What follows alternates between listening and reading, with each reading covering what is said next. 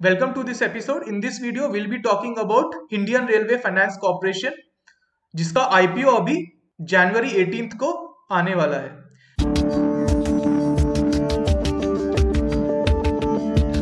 In this video, we'll be talking about if you should apply for this IPO or you should ignore. Watch this video completely to understand each and everything regarding IRFC, its operation, and how IRFC is generating revenues. So let's start. IRFC was started in the year 1986. So this is a very old company which is owned by Government of India. That means at present 100% stake in this company are owned by Government of India, and this is a public sector company. There are three main operations through which IRFC is generating revenue. The topmost operation of IRFC is leasing, then lending money. The third one is borrowing money. So we'll understand these three operations and we'll get a better understanding how the revenues of IRFC is generated. So what IRFC does is IRFC gives coaches, wagons and railway vehicles on lease to Indian Railways, and then Indian Railways operate these wagons and sell tickets. Through that, Indian Railways earns a profit, and out of that profit some amount is given to IRFC because these trains which Indian Railway operates are on lease from IRFC. This is how IRFC generates the revenue through leasing of coaches, wagons and railway vehicles. Okay, so this is the first operation of IRFC. The second operation is lending. IRFC also gives loan to railway sector companies like Pimpawa Railway Corporation Limited, Konkan Railway Corporation Limited, Railtel, RLDA and Railway Vikas Nigam Limited. So these are just the some companies of railway sector to whom the lending operation of IRFC is utilized. Like this, there are many companies in railway sector which take loans from IRFC, and on that loan IRFC earns profit through interest which these companies pay to Indian Railway Finance Corporation. So this is the second mode of generating revenue. The third mode is, you have to understand here, when IRFC is giving vehicles, coaches and wagons on lease to Indian Railways, or if it is giving loans for the development purpose to railway sector companies, from somewhere IRFC should get the funds to operate in lending and leasing business. So from where IRFC is getting that money? So the first mode of fund collection for IRFC is through Government of India. Yes, as the owner of this company is our Government of India. So Government of India gives some capital to IRFC on which IRFC is running its business. So the second mode from where IRFC gets money is through issuing of bonds in the public market. These bonds are taxable and non-taxable both. The third mode is by taking loans from banks, and then there are other modes of taking or collecting funds, that is from foreign investors or external non-resident investors, which gives money to IRFC for its operation.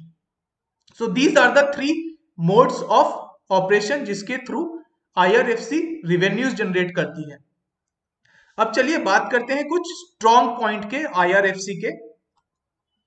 सो जो सबसे strong point है इसका वो है competitive strength. ये company public sector में operate करती है रेलवे सेक्टर के डेवलपमेंट के लिए, जहां पे इसका कंपटीशन एक तरीके से बिल्कुल नेग्लिजिबल है. रेलवे सेक्टर को फाइनेंस करने के लिए स्पेसिफिकली IRFC बनाई गई है, एंड रेलवे के 49% of the project are financed by railway finance corporation. So वहां पे इसका जो कंपटीशन है वो एक तरीके से बोले तो नेग्लिजिबल है. इस समय अगर हम इसकी क्रेडिट रेटिंग की बात करें तो क्रिजल ने इसको AAA रेटिंग दी है. यहाँ पे मैं बताना चाहूंगा AAA रेटिंग से ऊपर कोई रेटिंग नहीं होती है. इसका मतलब यह है कंपनी का जो बैकग्राउंड है, बैलेंस शीट है, वो काफी अच्छी है और स्ट्रॉन्ग है. उसके बाद IRCA ने भी इसको AAA रेटिंग दी है जो कि काफी हायर रेटिंग है. और जो थर्ड इंपॉर्टेंट पॉइंट है, जिस इंटरेस्ट रेट पे IRFC को फंड्स मिलते हैं मार्केट से, वो काफी कम इंटरेस्ट पे मिलती है, बिकॉज जो कंपनी गवर्नमेंट ऑफ इंडिया से बोरो करती है और बॉन्ड्स के थ्रू बोरो करती है, जिसमें इंटरेस्ट रेट काफी कम होता है. उसके बाद ये कंपनी का जो मैनेजमेंट है वो भी काफी स्ट्रांग है और एक्सपीरियंस्ड है, बिकॉज ये कंपनी 1986 से इस बिजनेस में है फाइनेंस के। कंपनी का जो मैनेजमेंट है एसेट और लाइबिलिटीज को मैनेज करने का, वो भी काफी ऑर्गेनाइज्ड है, जिसमें प्री डिफाइंड डिपार्टमेंट्स है, because of which the company is regularly increasing it business and getting into new avenues to generate more revenue. उसके बाद अगर हम बात करें कंपनी के रिवेन्यूज, एसेट्स और प्रॉफिट्स के बारे में, कंपनीज के प्रॉफिट में there is a regular increase from year on year. अगर हम बात करें 2018 की, तो उस समय कंपनी के रिवेन्यूज 20,000 मिलियंस के आसपास थे, जो 2019 में 21,400 मिलियन हो गए थे। उसके बाद 2020 में मार्च के महीने तक इस कंपनी का जो प्रॉफिट था वो 31,920 मिलियंस के आसपास था। तो अगर आप यहाँ पे ग्राफ में भी देखें, 2019 से 2020 मार्च में कंपनीज के प्रॉफिट में काफी बड़ा मुनाफा आया है। उसके बाद अगर हम बात करें 31 मार्च 2020 से लेके 30 सितंबर 2020 तक, तो ये जो आंकड़ा है ये सिर्फ 5 महीने का है। उस समय तो इस कंपनी के प्रॉफिट थे 18,870 मिलियन के आसपास। सो ये कंप्लीट 1 ईयर का डाटा नहीं है, जिसकी वजह से यहाँ पे रिवेन्यूज थोड़े कम है। बट अगर हम इसको 2021 में मार्च तक देखेंगे तो आई एम श्योर कि ये जो प्रॉफिट का रेशियो होगा ये 2020 मार्च के महीने के आसपास ही रहेगा। सो जो कंपनी का बिजनेस है वो कंटिन्यूसली इंक्रीज हो रहा है। अगर हम यहाँ पे बात करें एसेट अंडर मैनेजमेंट, वो भी कंटिन्यूसली इंक्रीज हो रहा है। अगर आप यहाँ पे देखें ईयर ऑन ईयर इंक्रीज होता जा रहा है।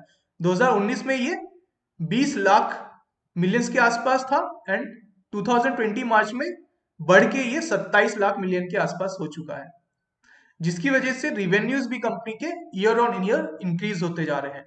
तो कंपनी के जो बेसिकली रिवेन्यूज हैं वो काफी स्ट्रांग है, बैलेंस शीट के ऊपर कंपनी काफी अच्छी दिखती है। चलिए अब बात करते हैं ये आईपीओ स्टार्ट कब होगा। सो ये आईपीओ 18 जैन से लाइव होगा एंड जो लास्ट डेट होगी आप आईपीओ में अप्लाई करने की वो होगी 20 जैन की। एक शेयर की प्राइस होने वाली है 25 या 26 रुपए एंड जो एक लॉट होगा इस आईपीओ का वो होगा 575। अगर आपको एक आईपीओ के लॉट के लिए अप्लाई करना है तो आपको मिनिमम 14,950 रुपीज इन्वेस्ट करने पड़ेंगे इस आईपीओ के लिए। इस आईपीओ के रिलीज होने के बाद गवर्नमेंट ऑफ इंडिया के स्टेक इसमें हो जाएंगे 18%, यानी कि इस समय इस आईपीओ के through government of India 14% shares अपने पब्लिकली इशू कर रही है। ओवरऑल हमारी तरफ से इस आईपीओ के लिए रेटिंग सब्सक्राइब की होगी, बिकॉज कंपनी का बिजनेस काफी स्ट्रांग है। ईयर ऑन ईयर कंपनी ने रिवेन्यूज अच्छे जनरेट किए हैं, कंपनी प्रॉफिटेबल है और जिस सेक्टर में कंपनी ऑपरेट करती है वहां पे कंपनी को एक कॉम्पिटिटिव एडवांटेज है, बिकॉज वहां पे कोई और कंपनी इस समय ऑपरेट नहीं करती है। और इसको 49% ऑफ रेलवे सेक्टर की जो डेवलपमेंट है वो इस समय आईआरएफसी की वजह से हो रही है। सो ओवरऑल हमारी तरफ से इस कंपनी के लिए सब्सक्राइब की रेटिंग होगी। स्टिल यहाँ पे मैं एक डिस्क्लेमर देना चाहूंगा, इस आईपीओ के लिए अप्लाई करने से पहले आप अपने एडवाइजर से पक्का एक बार सजेशन ले लेना, because at last all your profit and loss will be completely your responsibility. अगर आपके पास कोई ब्रोकर नहीं है जो आपको फैसिलिटी नहीं देता आईपीओ में अप्लाई करने की, तो आप नीचे दिए गए डिस्क्रिप्शन में से अपस्टॉक में एक अपना फ्री डीमैट अकाउंट ओपन कर सकते हैं एंड इस आईपीओ के लिए अप्लाई कर सकते हैं। अगर आपको ये वीडियो पसंद आई है तो इस वीडियो को लाइक करना और हमारे चैनल को सब्सक्राइब करना मत भूलिएगा। अभी के लिए इस वीडियो में इतना ही, हम फिर मिलेंगे एक नई इंफॉर्मेशन के साथ, नॉलेज के साथ। तब तक के लिए शुक्रिया।